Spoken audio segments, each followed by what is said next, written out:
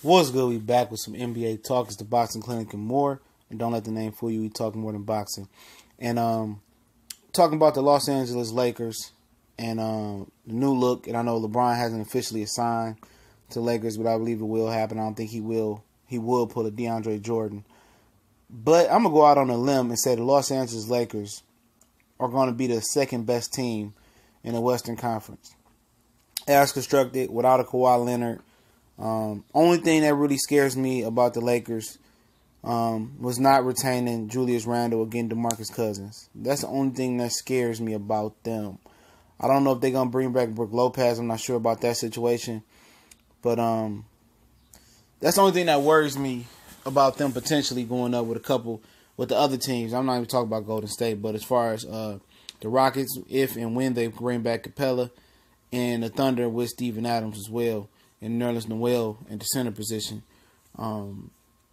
That's the only thing that worries me. But, you know, today's league, you don't even need a center for real, the way they playing it today. But I think that's something they got to do. I don't think JaVale McGee could be a full-time big guy. You know what I'm saying? Julius Randle probably could have did it, but, you know, it is what it is. But I say that because I like Houston, you know, a lot. But when they lost Trevor Ariza, that was the one guy that could kind of match up with the Paul Georges, or that could have kind of matched up with LeBron James for them. You know, other than him, they don't have an answer defensively for LeBron James. They don't have an answer. You know, and unless they sign somebody that could be an answer. I mean, seriously, man. I mean, P.J. Tucker can't guard him. Gerald Green, he'd be their second best option. But other than that, you know, legitimately, they have no answer for LeBron, you know. And the young Lakers last year, you got blown out by the Rockets. I remember one time for sure, but I think another time they came back, Alonzo had a monster game versus the Houston Rockets.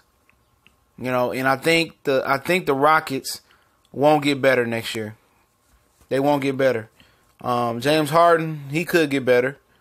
But as far as Chris Paul, guys that old and that often injured don't get better. Capella might be coming back for short change, so he might have to be in some type of way, but he can get better. But as a team, I don't see the jump in growth. I didn't see the improvement from the Houston Rockets this offseason yet to say they're going to be better next year. I don't see it. You know, and people can use the silver lining. Well, they almost beat the Golden State Warriors in 7 games if Chris Paul was healthy. If was the fifth, we all would be drunk, right? And if was the fifth, the Clippers probably would have made it to the Western Conference Championship if you know, Blake Griffin and Chris Paul would have stayed healthy together. And they never did stay healthy. It was either one of them alternating turns getting injured at the wrong time, or it was like Chris Paul just getting injured like he did last year. That's to be expected. But they didn't beat the Golden State Warriors. You could say they took them to 7. It's like your little brother. You know what I'm saying? You let them get close sometimes just to drown them. And I don't think anybody was beating Golden State. If they was healthy last year or not, I don't believe they was going to beat Golden State. I don't care what nobody say. You know, Golden State, it's hard to make, what it was, a 4-year run going deep into the playoffs with the wrist injuries and the ankle injuries and all the adversity. The more you do it, the harder it gets. And a lot of people who, you know, wouldn't understand that. You know, it's hard, you know, continually being 100 and you just continually going back to back. Like Oklahoma City, you know, getting Carmelo contract off the books. I don't know what they're going to do, you know, eventually when they get that free money. Maybe they think about bringing Jimmy Butler or, you know, possibly, I don't know who next year is all available. But next year they definitely won't be a threat. I think they'll gel better without Carmelo being there. But as far as, you know, being in the same class as, you know, Rockets and the Lakers, I don't believe it's going to happen next year, man. Unless they can make some more moves. I think they need more shooting. I think they need somebody that can replace Melo, but that can really fit into that mold. But, you know, until Russell Westbrook changed his mentality to being a more point guard friendly, or unless they get a guy that's going to run the offense and be the point guard and move Westbrook to the 2, Oklahoma City not going nowhere quick, fast, in a hurry, in my opinion. But you know, for second in the West, I think, you know, it depends on what the schedule look like as far as if they're gonna cut back to back-to-backs. And if they cut back to back-to-back games next year, I'm pretty sure the Los Angeles Lakers is gonna probably be the second best team in the West. And I say that because LeBron is a definite impact 20 at least 20 games improvement from what you was when you put LeBron on your team. You know what I'm saying? And the only thing that scares me about the Lakers potentially being the second best team in the West, and I think the second best team in the NBA, is Luke Walton coaching. Inability of his coaching. I don't think he's a strong enough. Coach to really, demand greatness and really make LeBron, play within the offense. I thought Greg Popovich was the only guy available that really LeBron would have listened to and would have versed his game to fit in the offense. So that's the one thing that scares me. But I think, like I said, somebody brought up, well, Eric Snow, was a point. Eric Snow was garbage. I'm sorry, I never liked Eric Snow, even going back to Michigan State. I think LeBron will trust Lonzo as long as Lonzo's there until LeVar starts opening his mouth. I think Lonzo will be moved, but I think Lonzo and LeBron will work good. They'll flow like water. And getting over the hump for LA is to get Kuzma to play defense. Ingram to continue to commit to the defensive end. LeBron to commit to the defensive end, which may not happen. It may not happen. He might be too old to play defense, because I ain't never heard that before. But I think LeBron has entered a team that's way better than what he had in Cleveland. I will say that right now. I think Kyle Kuzma, it ain't no difference between him and Kevin Love. I think Kyle Kuzma is going to be better than Kevin Love. They both is offensive guys, and, Kuzma handled the ball. He a little bit more fluid, He is. He fluid with the rock. He move a little bit better, but he don't play no defense like Kevin Love.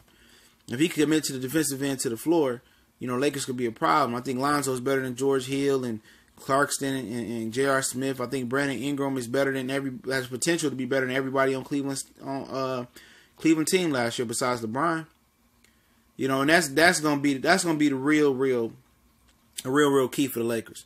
If Ingram improves and comes into his own next year, and really balls out, the Lakers gonna be a problem. And LeVar shut up, and he let Lonzo play, and Kuzma could commit to the defensive end of the floor, and they could find somebody to play the middle that they can share time with JaVale McGee. I'll bet my pretty penny, unless some other moves happen, that the Lakers are gonna be the second best team in the West. I think the only thing that scares me about the Lakers is Magic Johnson and Luke Walton being timid and not being able to be that strong figurehead to get LeBron to really, up his game up. You know what I'm saying? To kind of really, push him. You know what I'm saying? Like Billy Donovan in Oklahoma City, he just timid and soft.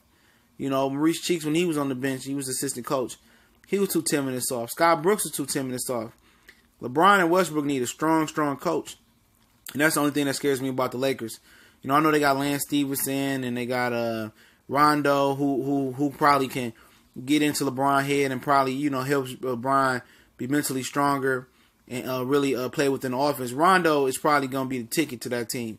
I think Rondo's personality is strong enough that LeBron could respect the guy that already have a championship ring and has an IQ. Rondo is really going to be, either he going to be kicked off the team, after the first half of the season, or they going to respect him. He going to be like a player's coach there, man. But, I just wanted to chop it up some NBA talk. And like I said, I'm not saying this is set in stone, but like I said, I didn't see the Rockets improve this year. Losing Trevor Reeves and him running to the money, you got to remember, Trevor Reeves already had a ring. He won a ring with the Lakers, then bounced after the first year they won a ring. And then, the second year, after they won their first ring, he bounced. So, Gerald Green is not going to be the answer. The Rockets potentially need to, try to make a move for another wing or somebody that could defend, because they have no answer for LeBron. They have no answer for LeBron James, man. You can't play like that. Paul George and Russell Westbrook, they need more, or they need Russell Westbrook to get it together and not be as selfish and be as ball dominant, but I really don't see them making a move without a third wheel. And they getting ready to move Carmelo like we talked about the other day. So, it's going to be tough.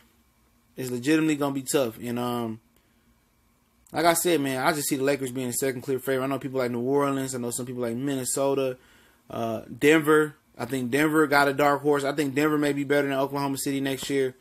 I think they're gonna finish stronger than Oklahoma City. They might not be seated above them in the playoff, but Denver has a really, really good team, man. When you talk about the Joker, Jokic, he's a fantastic big man. You know, passing, he had the most triple doubles in the NBA last year, or one of the most triple doubles in the NBA last year.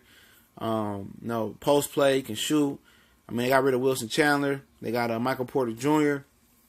And if he healthy, you know, Jamal Murray, Will Barton, Gary Harris from Michigan State, you know, Paul Millsap still. They got a really, really good team, and it's just about them gelling together. And, you know, to be honest, Jamal Murray might not be the answer at point guard. He might be too scoring driven because you got Gary Harris and Will Barton who will do the same thing. So they might want to get a point guard in there. I know Emmanuel Mudiay didn't work, but that'd be my dark horse team in the West and in the NBA for people to look out for. But it's the Boston Clinic and more. It's your boy CJ Goodfellow. If you're interested in college sports, you know, football and basketball, check out the link in the description. It says new college page. Meet Cali Enigma and Closer Sports TV got the new college sports page. S1210 College Sports Most Wanted. We already dropping college football content already, so go over there and check it out. When the season heat up, we're gonna be right on it. And once a week, live shows talking about the state of college football. Don't forget, we on Facebook, Instagram, Twitter, the Boston Clinic. If you want to DM me, you got a question there, go ahead and hit me there. All those links in the description. If you want to donate, the PayPal link is there as well. That's in the description.